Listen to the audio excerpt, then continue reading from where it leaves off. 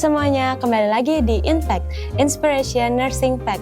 Bersama saya, Ellen Serumena yang akan menemani Sobat Infact di episode kali ini. Seperti biasa, kita akan membahas mengenai kesehatan yang dengan cara yang santai tapi tetap informatif.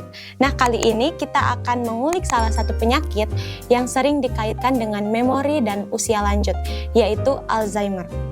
Apa sih sebenarnya Alzheimer ini? Apakah hanya sekedar pikun biasa atau lebih dari itu? Yuk langsung saja kita bahas bersama narasumber kita dari dosen ilmu keperawatan. Bisa memperkenalkan diri, Mem? Terima kasih. Saya adalah Mem Evelyn Tambunan, seorang dosen dari Fakultas Ilmu Keperawatan, khususnya dari program studi Magister Keperawatan. Baik teman-teman, bersama Mem Evelyn, kita akan membahas seputar lebih dalam lagi tentang penyakit Alzheimer yang pastinya hanya dibahas di Infact. Real Talk, Real Health.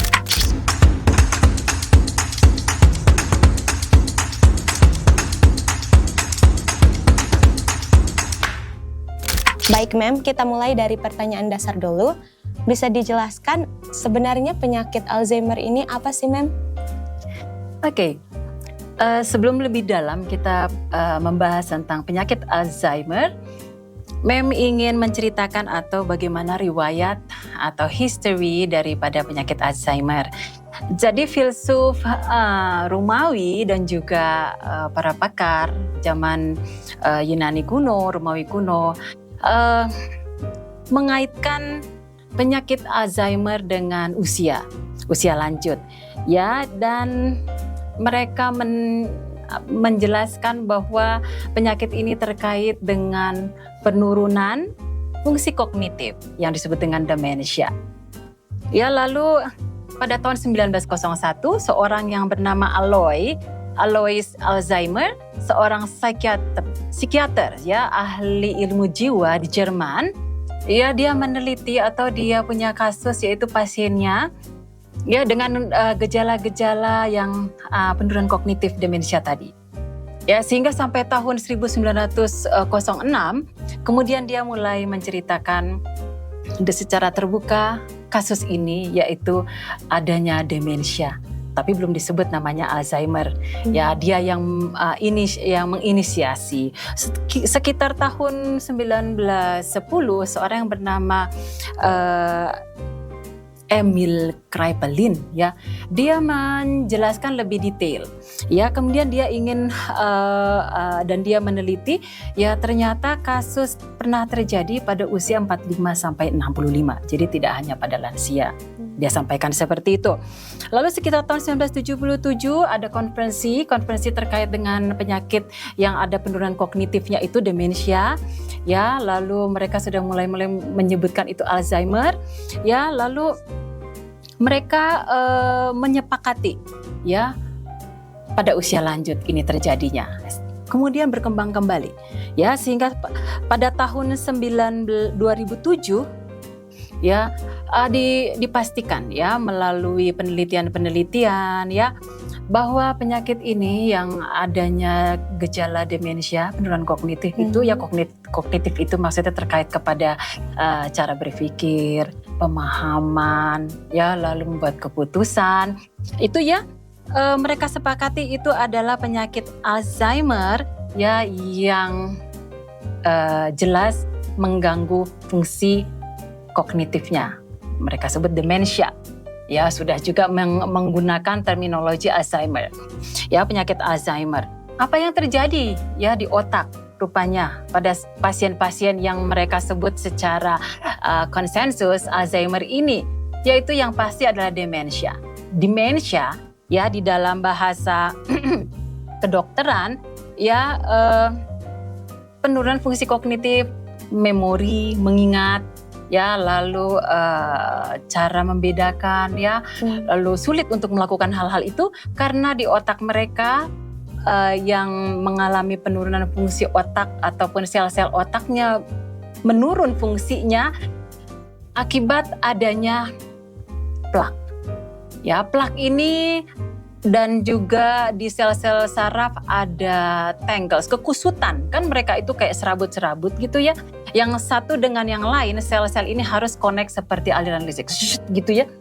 Ya, pada kondisi adanya plak-plak ini, ya mungkin nanti kita lebih bahas lebih jauh lagi penyebabnya apa ya. Dideteksi melalui pemeriksaan secara detail ya, secara slice di dalam sel-selnya itu melalui alat yang disebut dengan magnetic resonance imaging, didapati adanya plak ya, amyloid namanya, karena protein lipoprotein apa ya di sana membuat kerusakan daripada sel, sehingga sel-sel saraf itu ya yang secara ilmu pengetahuan sel saraf tidak bisa diperbaiki kalau sudah menurun fungsinya ya, sehingga terjadilah penurunan fungsi kognitif tersebut ya, tidak bisa mengingat short memory yang baru-baru saja gitu ya, yang dia dilakukan dia lupa ya, lalu tidak bisa membuat keputusan, bahkan sampai kepada tahap-tahapan yang paling parah ya, tidak bisa mengurus diri sendiri dan sebagainya. Nanti kita mungkin akan bahas lebih jauh lagi. Oke, Ma'am, terima kasih. Jadi penyakit Alzheimer ini cukup serius ya. Kalau begitu, Ma'am, apa saja nih faktor resiko yang bisa membuat seseorang itu terkena penyakit Alzheimer ini? Ya, terima kasih pertanyaannya. Faktor risiko yang ditanyakan memang benar. Ya, penyakit Alzheimer sampai saat ini penyebab pastinya tidak diketahui. Ya, namun faktor risiko ya banyak dipelajari dan banyak dilaporkan ya oleh jurnal ya, oleh hasil penelitian ya, dikaitkan kepada usia ya, semakin tua kecenderungan untuk mengalami penurunan fungsi degeneratif namanya ya. Degeneratif itu penurunan fungsi yang bersifat progresif juga ya, pada sel-sel sarafnya disebut dengan neuron. Sel saraf ini dia menurun oleh karena faktor usia. Ya, didapati bahwa usia-usia di atas 50 tahun ke atas, namun tidak tertutup kemungkinan juga pada Alzheimer yang bisa ditemukan pada usia muda, bisa juga ya terjadi ya. Faktor risikonya banyak ya, lifestyle ya, merokok, lalu lingkungan yang tidak bersih ya, banyak bahan-bahan kimia yang merusak kita hirup, masuk ke aliran darah, merusak fungsi otak ya, lalu makanan ya, pola hidup, olahraga yang kurang, kesehatan pola hidup yang mencakup berbagai aspek ya yang membuat kita sehat, mungkin itu tidak dilakukan juga menjadi faktor risiko. Yang lain adalah mungkin menurut penelitian adalah faktor genetik, yaitu keturunan. Ya, didapati bahwa sekian persen dari orang tua mereka atau apalagi dua belah pihak ya yang mengalami Alzheimer, kecenderungan besar anak akan mengalami Alzheimer di usia 50 tahun ke atas. Kalau Alzheimer yang disebut dengan senile dementia of Alzheimer type, tipe Alzheimer yang ditandai dengan senile demensianya, itu turun fungsi-fungsi kognitifnya, ditandai dengan pikun pada usia. Namun tidak tertutup kemungkinan pada usia muda juga. Tetapi tidak disebut dengan SDAT tadi ya, SDAT tadi, senile dementia of Alzheimer type. Karena dia pada usia muda bisa saja terjadi, yang sampai sekarang tidak ketahui penyebabnya apa. Namun faktor-faktor risiko tadi ya bisa menyebabkan terjadi kerusakan sel-sel saraf, menurun fungsinya sehingga seperti itu. Ya. Oke, baik, Ma'am. Terima kasih untuk penjelasan. Jadi tadi kita sudah dengar ya faktor-faktor risiko apa aja yang bisa membuat seseorang itu lebih rentan untuk terkena Alzheimer ini. Oke, Ma'am, selanjutnya kalau sudah terkena Alzheimer, biasanya gejala awalnya itu seperti apa, Ma'am? Terkait dengan demensia senile, ini yang usia tua ya, biasanya 50 tahun ke atas. Ya, ada tanda gejala awalnya ada lupa untuk hal-hal yang baru saja dilakukan biasanya. Ya, disorientasi, tidak bisa membedakan nanti dalam ada tahap-tahapnya, tahap early, middle sampai late stage ya. Ini adalah tahapan dari yang ringan dari yang gejala ringan terus semakin berat ya sampai severe, nanti late. Banyak penelitian ada yang katakan 7 stages, ada yang bilang 8 stage, saya bilang 3, 4 ya. Yang pastinya ada dari early ya gejala awal sampai kepada tahapan yang sangat berat, gejalanya bisa sampai kepada penurunan fungsi kognitif yang berat. Contoh, tidak lagi bisa membedakan mana yang baik, mana yang tidak baik. Tidak bisa lagi membuat keputusan yang benar, tidak lagi bisa berbicara dengan sopan santun contohnya yang terkait dengan kepada etika, karena dia ini plak-plak yang terjadi tadi di sel-sel saraf itu ya banyak mengganggunya. Kalau dilihat dari pemeriksaan secara diagnostik, korteks cerebellum ya bagian otak yang namanya korteks, di sana banyak sekali plak-plak, bahkan sampai pada tahap yang sangat buruk dia menciut otaknya, sehingga fungsi-fungsi kognitif tadi mental ya yang sangat penting mungkin sampai kepada personal hygiene ya, dia tidak bisa mengurus dirinya sendiri pada tahapan yang berat ya, lupa kepada siapa dirinya sendiri, bahkan lupa kepada siapa yang keluarga dekatnya dia tidak tahu siapa istrinya. Ya itu dia, apakah itu dia anaknya, dia lupa, dia tidak ingat itu, gitu. Oke, seperti itu ya Mem. Jadi tadi kita udah dengar ya gejala awalnya itu seperti pikun dari hal-hal kecil sampai pada hal-hal besar. Oke, selanjutnya Mem, kadang juga kita sering dengar kayak Alzheimer ini biasanya disamakan dengan demensia Mem. Sebenarnya apa sih bedanya Mem, demensia dan Alzheimer ini? Ya, Alzheimer adalah penyakit yang bersifat degeneratif dan progresif, di mana dia menyerang sistem saraf atau sel-sel sarafnya yang dirusak. Namun secara spesifik diklasifikasikan, dikategorikan kepada demensia, yaitu kerusakan kognitifnya, demensia. Senile adalah pikun. Ya, jadi demensia itu penurunan fungsi kognitif, banyak fungsi kognitif kita, fungsi mental kita banyak ya, untuk membedakan, berbicara yang baik, ya, untuk menggunakan kemampuan matematika, logika dan sebagainya. Ya, demensia artinya menurun fungsi itu, fungsi kognitif itu. Termasuk di sana juga mengingat, daya ingat, ya, daya membedakan, ya, daya keinginan yang baik, contohnya keinginan untuk memilih. Nah, itu susah, ya, karena sudah menurun fungsi kognitifnya yang disebut demensia.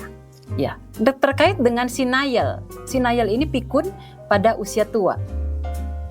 Jadi lebih spesifik, secara ilmu kesehatan disebut dengan, diklasifikasikan dengan terminologi senile dementia of Alzheimer type. Jadi tipe Alzheimer, penyakit penurunan fungsi kognitif demensia pada usia tua, senile pikun dengan spesifik seperti itu.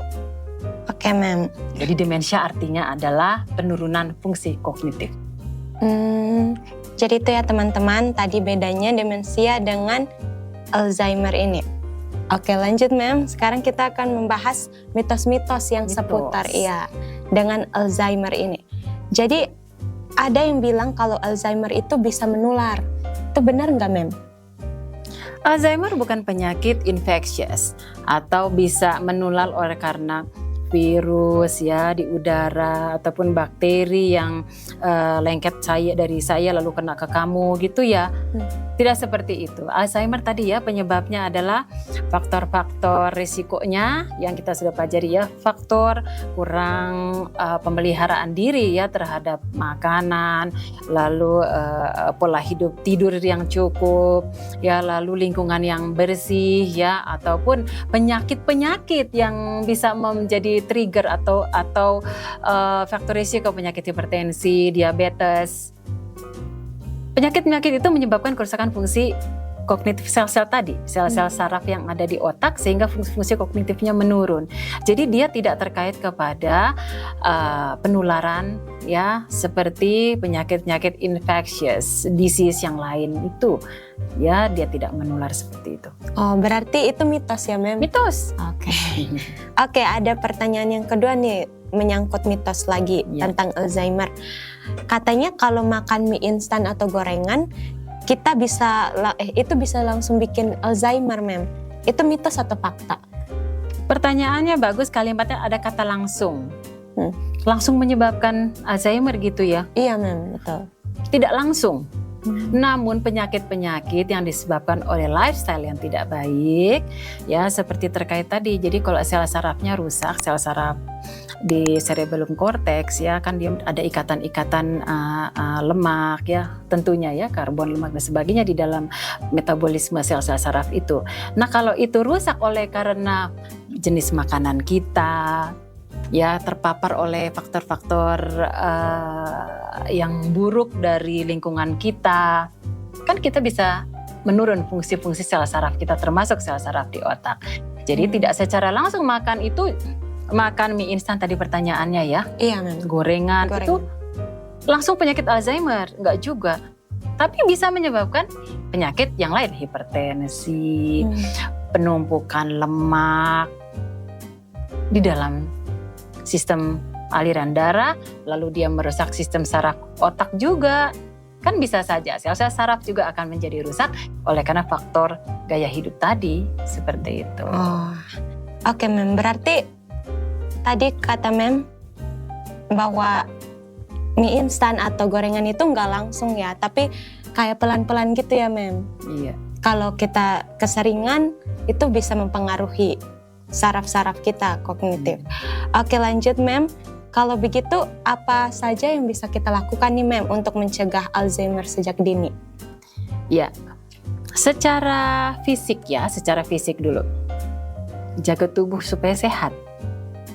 Ya, sehat fisik itu dengan berolahraga, masuk-masukan yang sehat, ya makanan yang sehat, minuman yang sehat, ya lalu tidur yang cukup, ya menggunakan alat-alat yang bisa kita gunakan untuk tubuh kita yang sehat ya, karena didapati beberapa penelitian memberikan asumsi bahwa faktor-faktor kimia contohnya seperti rokok itu kan kita masukkan ke tubuh kita, minuman alkohol, minuman-minuman yang lain yang tidak sehat kan itu akan merusak sel-sel saraf, termasuk saraf di otak. Ya, lalu kesehatan itu fisik ya, istirahat, makanan, minuman, penggunaan apa yang kita gunakan untuk tubuh kita ya. Yang lain adalah kesehatan mental. Ya, kesehatan mental dengan yaitu menggunakan atau memfasilitasi perkembangan mental kita supaya tadi ya kognitif tadi supaya sehat, yaitu salah satu adalah melatih rajin membaca. Ini salah satu yang membuat mental kita lemah adalah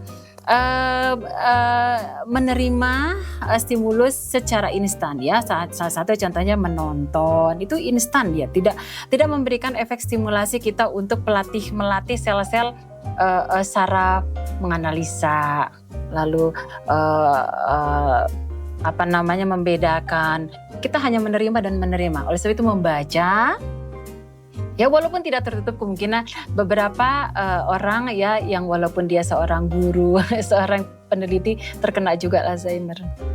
Namun ini kan tadi kita berusaha untuk mencegahnya ya supaya tidak sedini mungkin sel-sel saraf itu terutama yang berfungsi untuk tadi penurunan kognitif supaya tetap bekerja dengan maksimal, dilatih ya membaca. Lalu ada yang penelitian yang menyebutkan adalah sering berlatih menggunakan alat-alat bantu seperti yang menggunakan daya ingat. Contoh mengisi TTS katanya. Ya, lalu bermain games yang mengingat. Itu kan pelatihan ya, pelatihan untuk fungsi-fungsi sel saraf mengingat ya. Contohnya mengisi gitu ya, games yang mengisi atau membedakan atau menyatukan sesuatu gitu ya, puzzle dan sebagainya. Itu melatih. fungsi kognitif untuk tetap bekerja. Karena kalau sudah rusak sel saraf tidaklah bisa diperbaiki. Jadi yang sisanya tidak rusak harusnya difungsikan dengan maksimal ya, dengan dilatih. Ya seperti itu ya untuk fisik dan mental. Oke Mem, baik, terima kasih. Jadi dari penjelasan Mem, kita sebagai anak-anak muda terutama ya yang suka scroll gitu, diingatkan lagi kalau membaca atau misalnya mengasah dengan melakukan teka-teki silang kayak yang tadi Mem bilang, itu bisa membuat kita mencegah Alzheimer ini sejak dini. Iya. Lalu istirahat yang cukup. Oh iya, istirahat yang cukup dan juga makanan 6-8 jam sehari. Oh. Ya, tapi pastikan bahwa itu ya tidur yang cukup itu bukan 8 di pagi hari, 8 jam sepanjang pagi, enggak. Malam hari. Karena di malam hari tersebut terjadi recovery sel-sel saraf, perbaikan sel-sel saraf. Ya, sehingga dia akan sehat sel-sel sarafnya oleh karena ada metabolisme yang cukup ya, adanya nutrisi yang cukup sel-sel saraf di otak sehingga besok harinya akan digunakan lagi dengan baik ya. Lalu mungkin bersosialisasi juga ya. Ini penting. Faktor sosial di mana orang-orang dengan penelitian menyebutkan orang yang bersosialisasi dengan baik, positif, ya ini juga akan melatih mereka punya mental. Ya, untuk terpengaruh kepada hal-hal yang positif. Ya, ini juga penting sosial. Ya, lalu hindari kebiasaan buruk juga ya. Kebiasaan buruk ini banyak sekali, apalagi anak-anak muda sekarang tadi sudah disampaikan ya. Scrolling yang tidak ada habisnya, nggak ada habisnya kan. Tapi upayakan kita menggunakan sosial media yang melatih otak kita supaya kritis. Ya, jadi sel-sel saraf itu tetap akan terlatih ya untuk membedakan, untuk menganalisa, untuk mengsintesis, menguraikan ya. Critical thinking penting dilatih. Terima kasih Mem. Jadi kita sudah dengar ya tadi kalau tidur 6-8 jam sehari ya Mem, di malam hari ya, bukan di pagi hari. Oke, lanjut Mem di pertanyaan selanjutnya. Kalau sudah terlanjur kena Alzheimer ini, apakah Alzheimer bisa disembuhkan, Mem? Menurut penelitian dan pakar penyakit saraf sendiri dan bahkan psikiater ya, ahli ilmu jiwa, ya menjelaskan bahwa secara langsung obat-obatan untuk memperbaiki sel saraf ini belumlah ditemukan. Namun obat-obatan digunakan untuk mencegah yang sisa, sel-sel saraf yang sisa untuk tidak segera rusak lagi, untuk tidak cepat lagi rusak ya atau turun fungsinya. Ya, dengan berbagai macam obat ya, dokter syaraf nanti yang memberikannya ya, dengan kebetulan Mem punya mertua Alzheimer selama 10 tahun. Ya, merawatnya ya, kami pergi ke dokter akan memberikan waktu itu dokter memberikan obat-obat pengontrol perilaku. Karena dia perilaku dari stage yang early sampai late stage. Ini late stage ini sampai kepada perilaku halusinasi, delusi, dia akan bisa agitasi, kekerasan ya, membuat perlukaan pada dirinya sendiri dan juga pada orang lain. Ini sangat membahayakan memang. Ya, sehingga terapi juga diberikan obat-obatan adalah untuk pengontrol perilaku, untuk memperbaiki atau memberikan kesehatan bagi sistem saraf yang masih ada yang tersisa, untuk supaya tidak secara progresif menurun. Ya, itu yang diberikan. Lalu terapi non farmakologi, tidak menggunakan obat-obatan, biasanya mungkin dengan membantu untuk memberikan kepada mereka latihan memori yang masih early stage ya, latihan mengingat kembali ini siapa dengan foto ya, atau bercerita tentang hal-hal yang masih dia ingat gitu ya, ataupun memberikan kepadanya efek tenang ya dengan memberikan musik, karena mereka kalau dalam kondisi banyak banyak stimulus, mereka tidak bisa memberikan rangsang positif ya, ribut, lalu di sana bertanya dua orang sekaligus bertanya, mereka tidak bisa satu orang pun bertanya, mereka akan coba berpikir apa yang harus saya jawab, karena menurun fungsi kognitifnya ya, sehingga dihindari untuk hal-hal yang membuat dia tambah stres. Dia stres untuk mengatasi bagaimana dia cara berpikir baik. Dia tahu itu. Kok saya susah menyebutkannya kembali? Kok saya susah mengingatnya kembali? Ya, itu harus diperhatikan ya, terapi non farmakologi. Lalu lingkungan yang dibuat seaman mungkin. Ya, ini dukungan keluarga, karena memang dengan posisi ruangan yang berubah-ubah dia akan confused, dia akan merasa ini bukan tempat saya, dia merasa terancam. Karena sampai kepada yang stage buruk, mereka paranoid, gangguan sistem-sistem saraf, karena neurotransmitter di sana, sistem yang untuk merangsang satu saraf dengan saraf lain bekerja, dia akan rusak.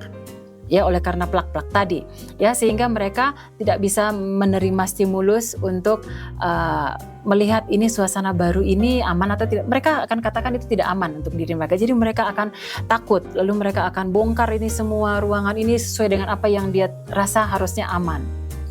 Itu bisa menjadi bahaya bagi diri sendiri dan juga bagi lingkungan keluarga.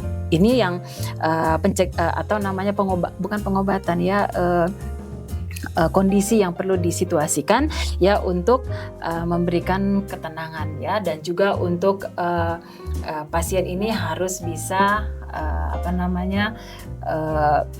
dijaga sedemikian rupa ya, untuk jangan sampai membahayakan lingkungannya, karena dia tidak mempunyai pertimbangan lagi untuk mana yang benar mana yang tidak benar pada stage yang buruk ya. Bahkan untuk personal hygiene ya juga harus diperhatikan, bahwa kesehatan fisik dia, mental dia ini harus diawasi, karena dia tidak bisa mengerti di mana dia harus buang air besar, di mana dia harus buang air kecil. Kan tidak sehat ya secara fisik ataupun secara biasanya mereka akan mengalami masalah saluran pernafasan ya, karena kurang bergerak, lalu masalah saluran perkemihan ya, harus dijaga. Itu yang menjadi sebenarnya bukan pengobatan, tapi harus dijaga untuk mempertahankan kualitas hidup Alzheimer untuk tetap bertahan. Oke, baik Mem. Terima kasih atas penjelasannya Mem. Luar biasa sekali ya penjelasan di episode kali ini. Jadi kita bisa simpulkan kalau Alzheimer ini bukan sekedar pikun biasa, tapi ini merupakan penyakit yang serius, tapi juga bisa dicegah dengan pola hidup yang sehat.